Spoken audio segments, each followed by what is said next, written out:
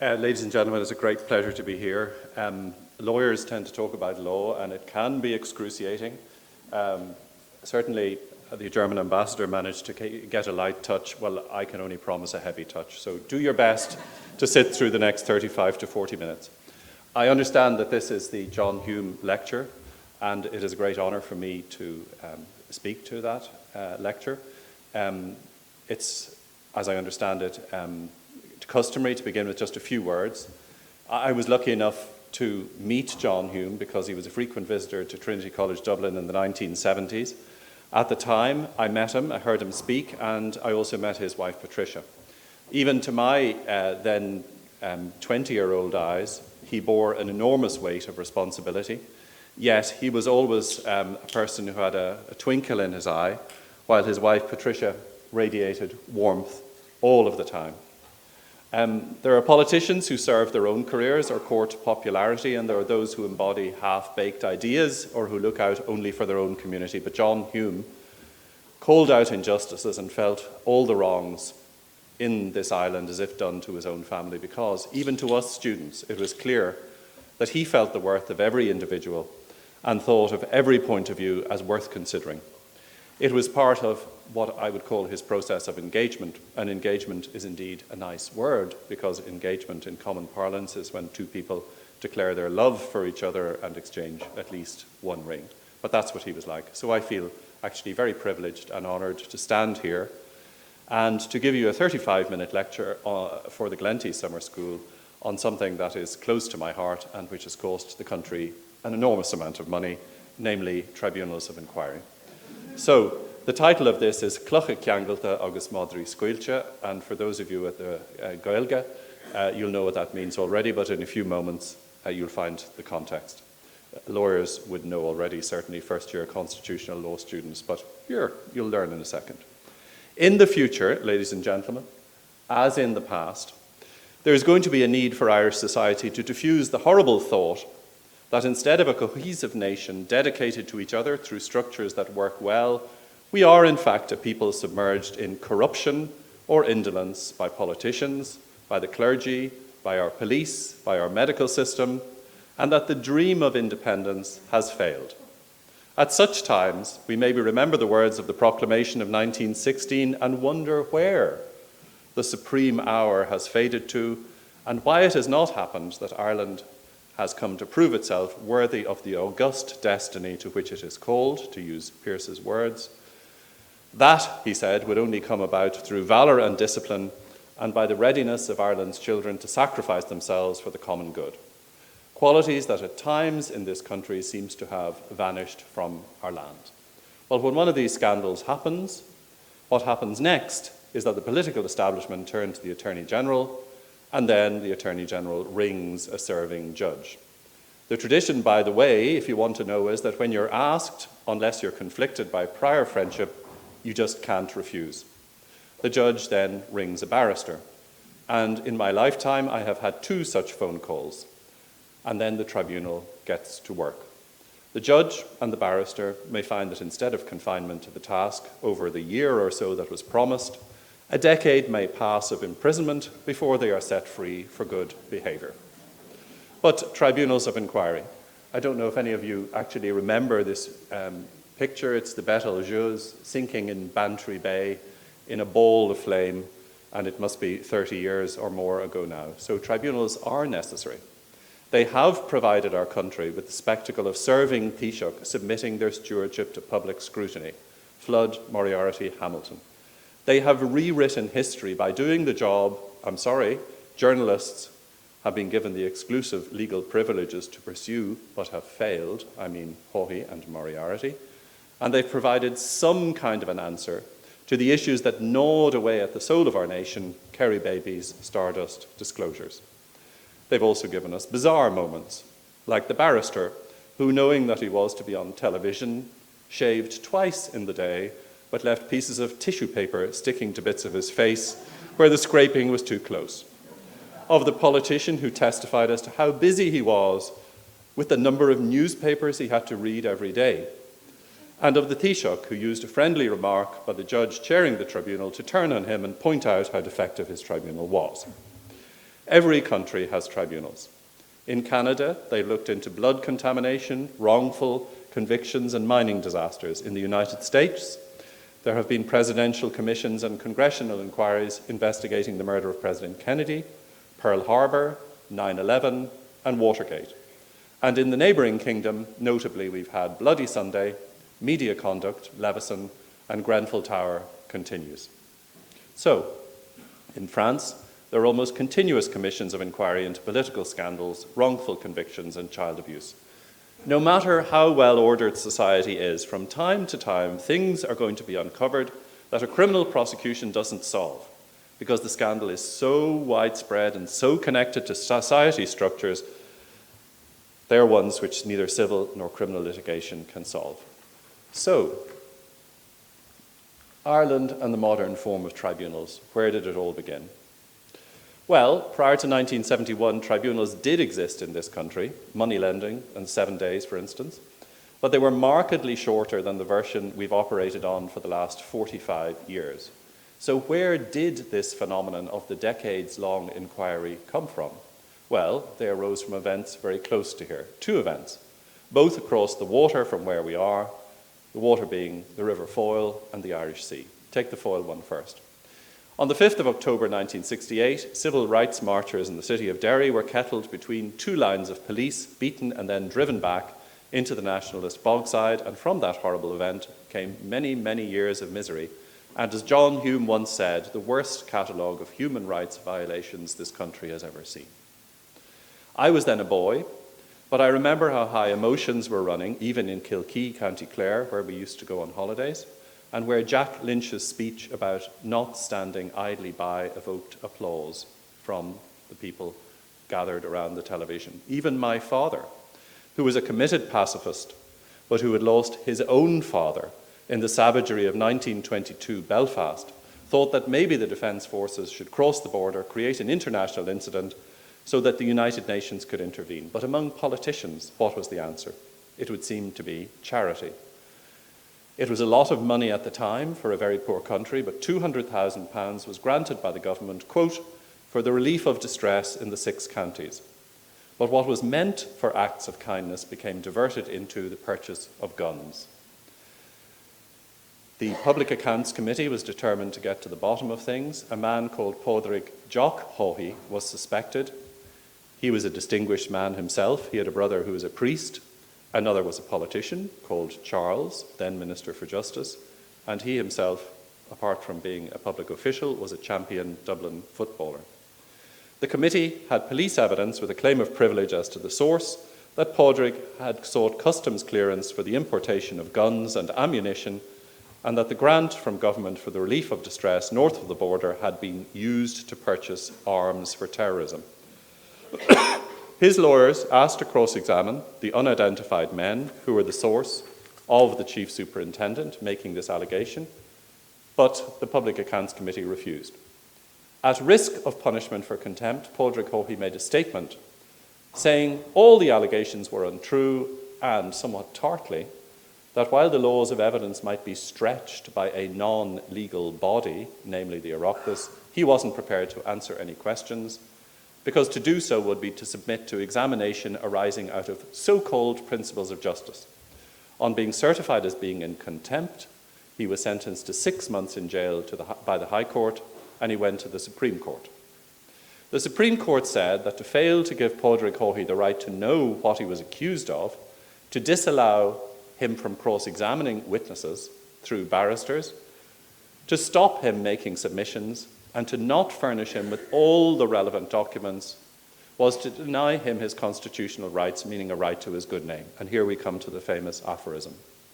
Accusing people of terrorism and theft and not giving them a trial was a bad dose of unleashing the savage hounds while tethering up inanimate rocks. A classic case, according to O'Donnell CJ, of clucha ceangalta agus moderi squilcha. And that was it. The inquiry never resumed. But what is a public inquiry? It is not the administration of justice. Tribunals never, ever decide that someone's going to be sacked, that damages ought to be paid, that wrongdoers should go to jail. In fact, all a tribunal ever does is to issue an opinion written by one person.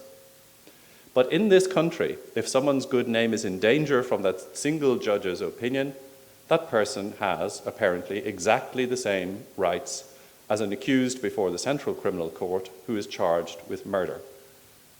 But in fact, he's a lot more rights. You can never interrupt a trial and take a judicial review. You can never require a trial to stop once it has started. All you can do is await result and then appeal to the appeal court.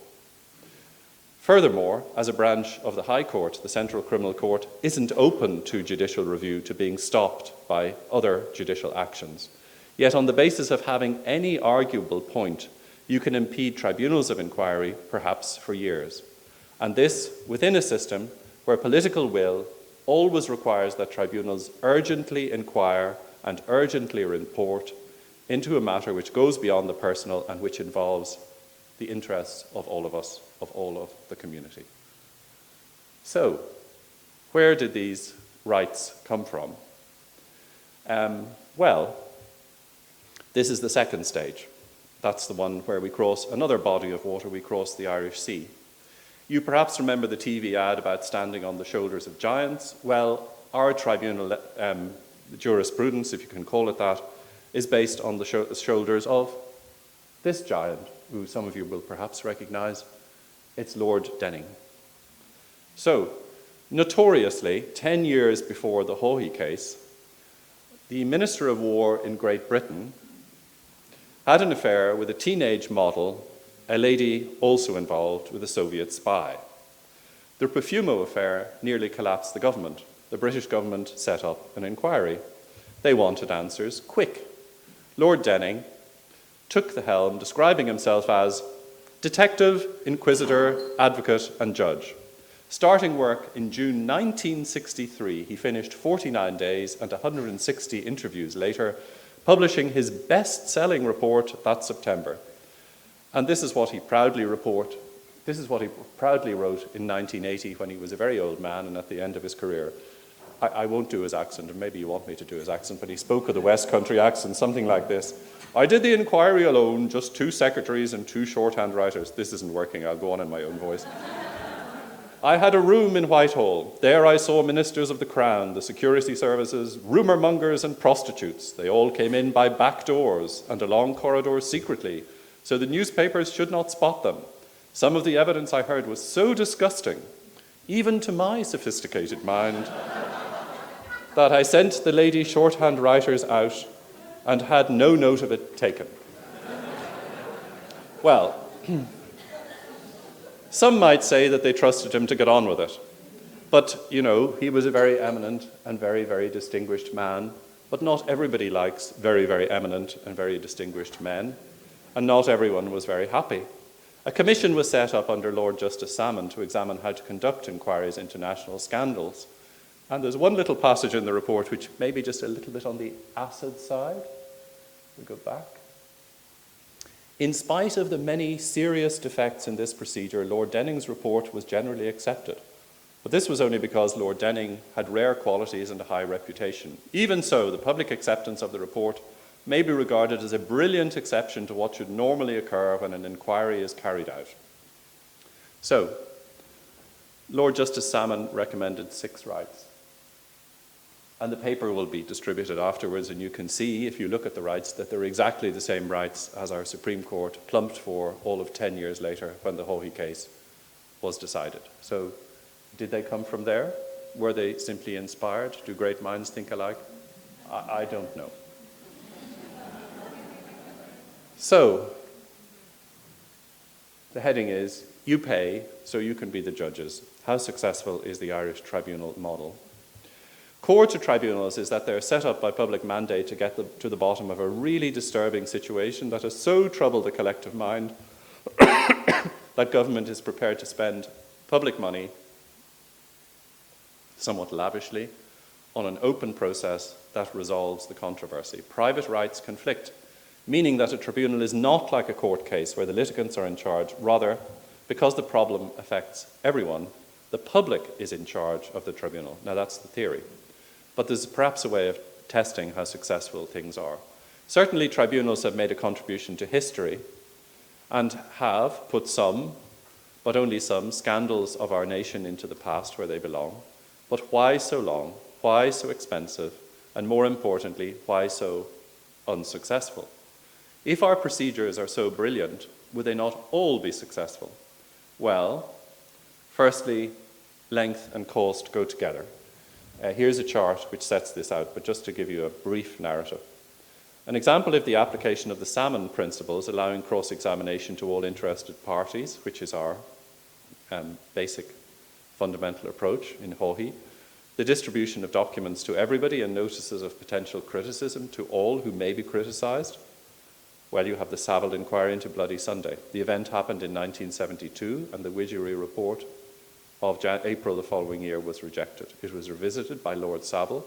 He sat for 444 days between January 1998 and January 2005, reporting in June 2010, and that's 12 years.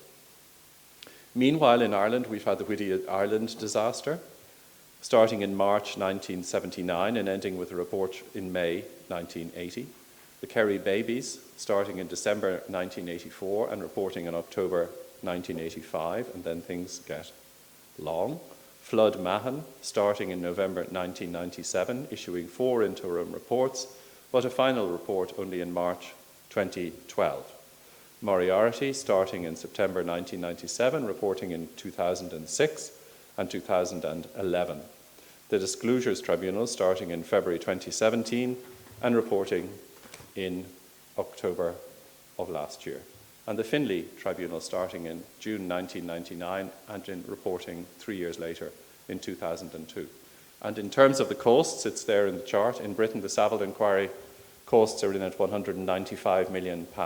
Here, Flood Mahon has cost an estimated €150 million. Moriarty has cost about £65 million. There's some costs yet to be decided. While the Morris Tribunal cost around €70 million. Concluding that decades spent on matters of public moment and hundreds of millions of euros is a waste of money and energy may be a point of view of some, but some of these things were worthwhile doing, there's no doubt. But given the millions spent, enough to build several hundred homes, for instance, and given the elaborate procedures from the Padraig Haughey case, you'd expect at least that the tribunals are successful. But that's not always the record. The tribunal into the fire at the Stardust nightclub, published in June 1982, looked at the cause of death of 48 people and the injuries to many more, and found that the more probable explanation of the fire is that it was caused deliberately. Families of victims and those injured in the fire, unhappy with the finding, petitioned the government for a reopened inquiry, and in 2008 the government commissioned a barrister to conduct an independent examination of their case. For a reopened inquiry, the barrister found the tribunal's conclusion was logically inconsistent with other passages of the tribunal report and was a finding based on the absence of any evidence. The report of the tribunal into the Kerry babies was published in October 1985. And because the tribunal is not in charge, because counsel for the Gardaí are entitled to ask the questions, and I don't criticise the law, I simply set it out, months were spent dedicated to exploring the wildly unlikely theory of superfecundation, that a young lady had sexual intercourse with 2 men in a short space of time, and that she had twins. But they were not monozygotic twins, they were twins born at the same time from different fathers. Maybe it's happened once in the history of the world. It didn't happen in County Kerry. The tribunal determined that Joanne Hayes was not the mother of what was called the Cahersiveen baby. However, there have been criticisms of a number of other findings in relation to the Garda investigation and confession by members of the Hayes family. On that, I make no comment. In the Findlay Tribunal, a consultant pathologist who gave evidence was successful in getting an order quashing a section of the report which stated that he bore some responsibility for the contamination of blood products by failing to insist on a greater investigation of the reaction of patients to anti-D. A number of findings made by the Flood Mahon Tribunal have been quashed, and in Murphy and Flood, the issue was that the applicants had been refused their cause by the tribunal. Negative findings of obstruction were made. The court made a declaration that the tribunal didn't have power to make these findings. Some may say, why not? One might ask. In March 2017, In relation to the same applicant, findings of a corrupt payment and giving a bribe were quashed. The tribunal's report was amended and a revised report was published on the website. A notice on the website was issued setting out the impact of court decisions on the tribunal's findings. It noted that the procedures had been adopted and followed by the chairman in good faith, that they were legally sound, but they weren't. The decision in O'Callaghan and Murphy, those cases, were applied in relation to other witnesses, meaning that negative findings about other individuals in the tribunal's interim reports were quashed. In Redmond and Flood, the plaintiff challenged the tribunal's refusal to award him costs. The judge in the tribunal had made reference to the findings of former chairman, which included a finding that the applicant had received a corrupt payment and had hindered and obstructed the tribunal. The applicant sought a declaration that these findings were invalid and void for lack of jurisdiction. He was unsuccessful in the High Court, but his appeal was allowed by the Supreme Court, where it was found that the tribunal was not entitled to make these findings.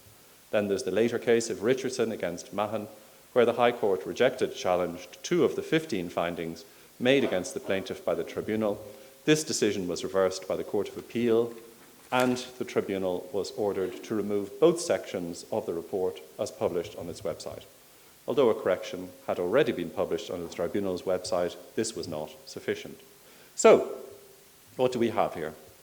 A system of elaborate procedures, but the system doesn't appear to yield sustainable findings on a consistent basis.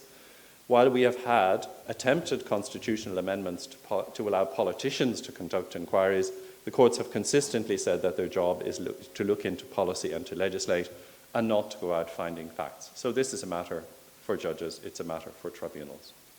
So, the next section is rights of the community and rights of the apparent transgressor. There's one major respect in which Ireland is completely different to other countries in approaching public inquiries. In America, France, Canada, and Great Britain, the rights of the community to know what happened are paramount, and they trump individual rights. While those who might be responsible for major decisions are entitled to seek legal advice, what matters more is that the people should know from the tribunal what happened and why. The tribunal, after all, doesn't send anyone to jail or award damages. The result is that tribunals in those countries are much quicker, cost much less, and furthermore tend to have their opinions and recommendations taken seriously. Because the procedures are simpler, they are not held up or challenged by those countries' equivalent of judicial review. Take France, for example, an EU country, and like us, subject to the European Convention on Human Rights. Yet not a sniff of the criminal trial rights. Judicial instinct in France would rarely permit of any adversarial conduct. Their inquisitorial system means fair procedures very different to the common law. This was described by a particular lawyer, and if you substitute Irish for American, you'll see that for an Irish lawyer, the main requisite is strategy, as in battle, whereas a French investigation is handled by magistrates prized for their ability to think and work methodically. The American procedure emphasizes the principle of contradiction. The French one stresses the need to preserve the level playing field.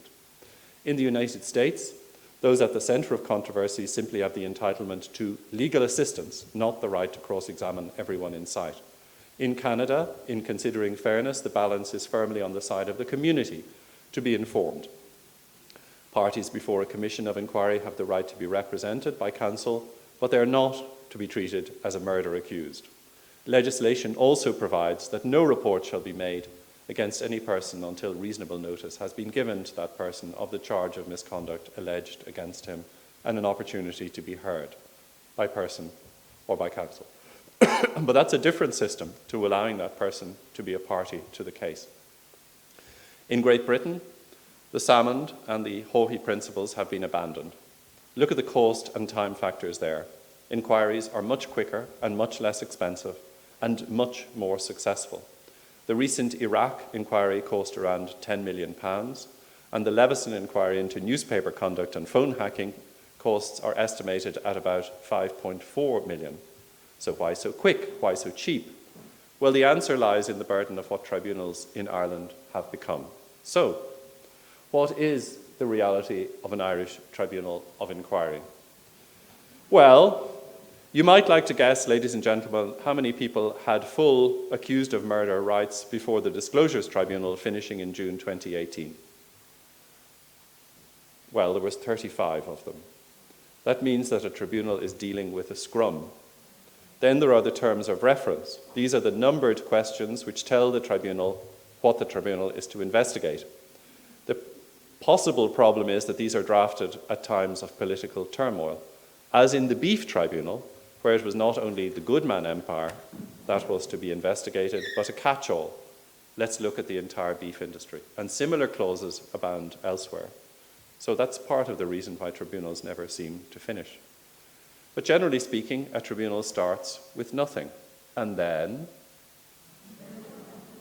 it seeks information from people, and they either cooperate or they send in letters, quite rude at times, talking about their rights and demanding such and action that will tee up a judicial review for them.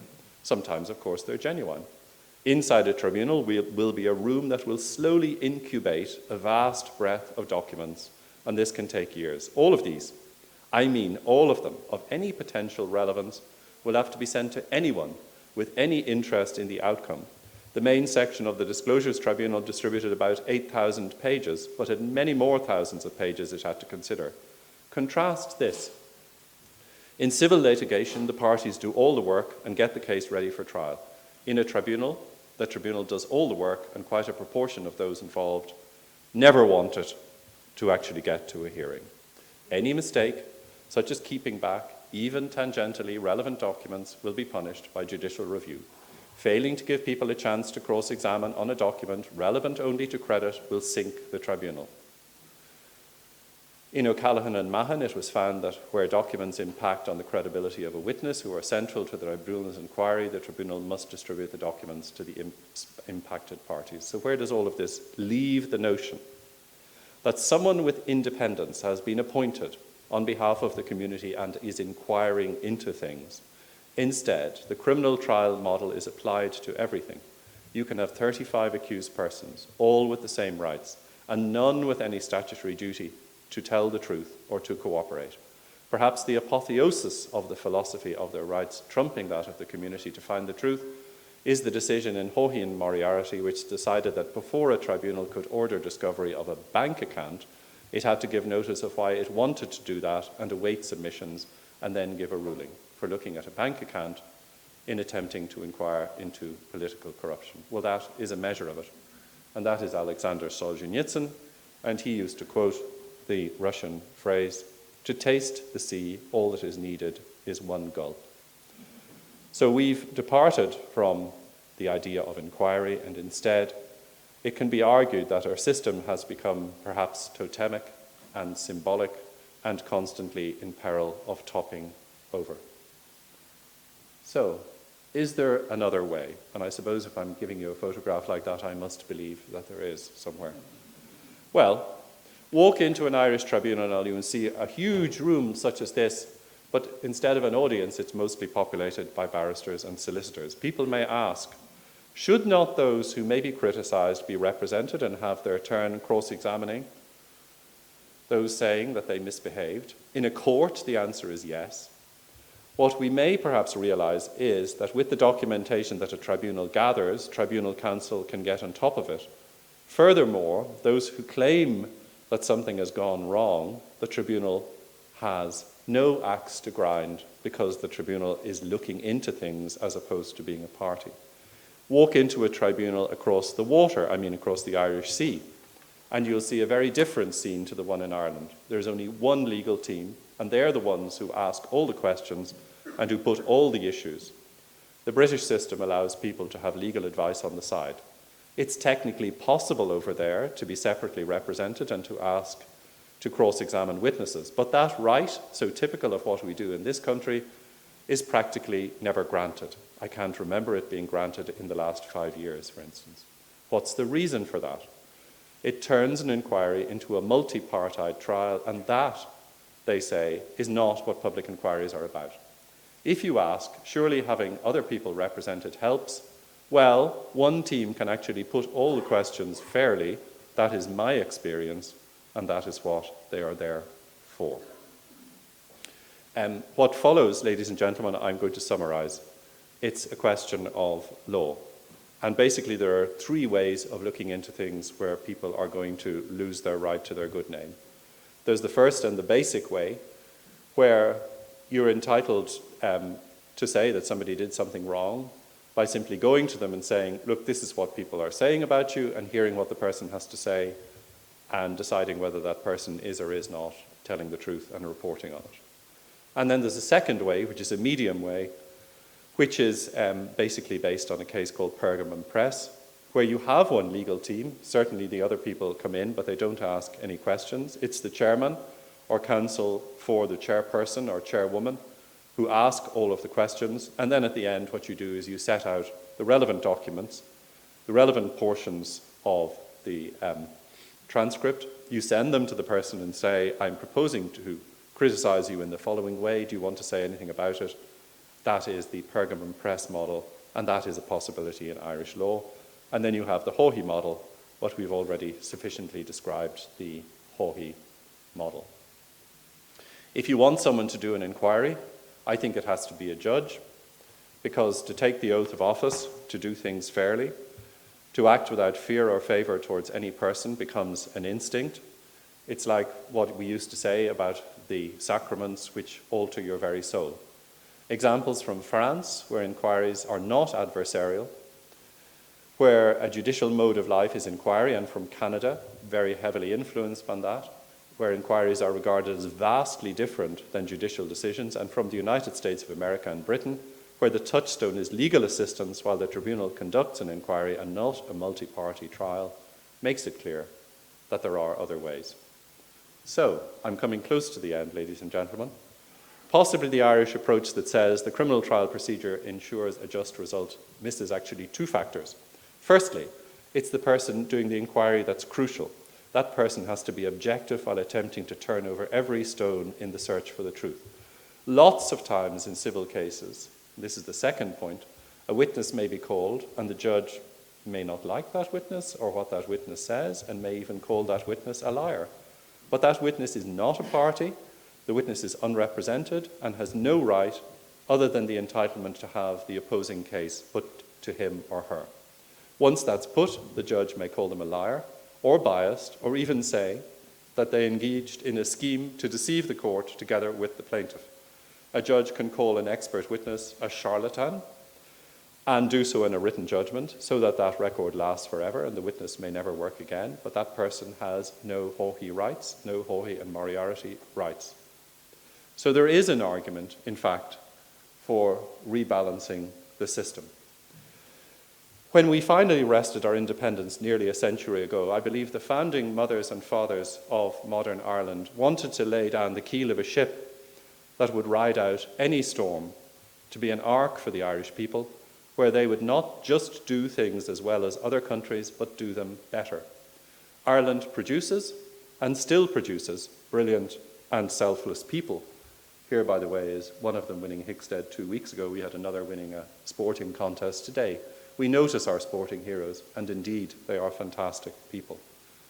But it is the public service of people like John Hume that speaks to the reality of coldly regarding where we have gone wrong and of challenging ourselves to do more for the benefit of our country by putting right what has perhaps turned awry. Tribunals of inquiry may seem like a small aspect of modern Irish life, but God knows they have dominated public discourse over decades, and we are going to have more of them. It is right to point to the clear and obvious dangers of continuing the way we have gone in the past. Fundamentally, we have to at least consider public inquiries into something that they are not. A trial is not what a public inquiry is. An inquiry is not a place where those who have criticized are the only one who have rights, because we, the people, paying for the entire process and with an urgent entitlement to know what has gone wrong in our country in order to make our country better, surely have rights too and perhaps have been forgotten. So matters can and should be rebalanced so the community also has rights, Participants' rights need to be seen within a context of the undoubted necessity that arises in stark form that what is behind national scandals be uncovered and sorted out quickly. Our response has been to heap procedural right on procedural right in such a way as to make the functioning of tribunals close to impossible. But surely a better approach is to trust the tribunal to actually do the inquiring, to turn the model from that of a criminal trial to one where counsel for the tribunal does the examination, where the key parties have the right, certainly, to legal advice, and where the impulse to resort to judicial review and delay is dissolved by the simplicity of that procedure. And I may say that a fuller and more academic version of this is to be published in the summer in the Dublin University Law Journal. And thank you very much for listening to me.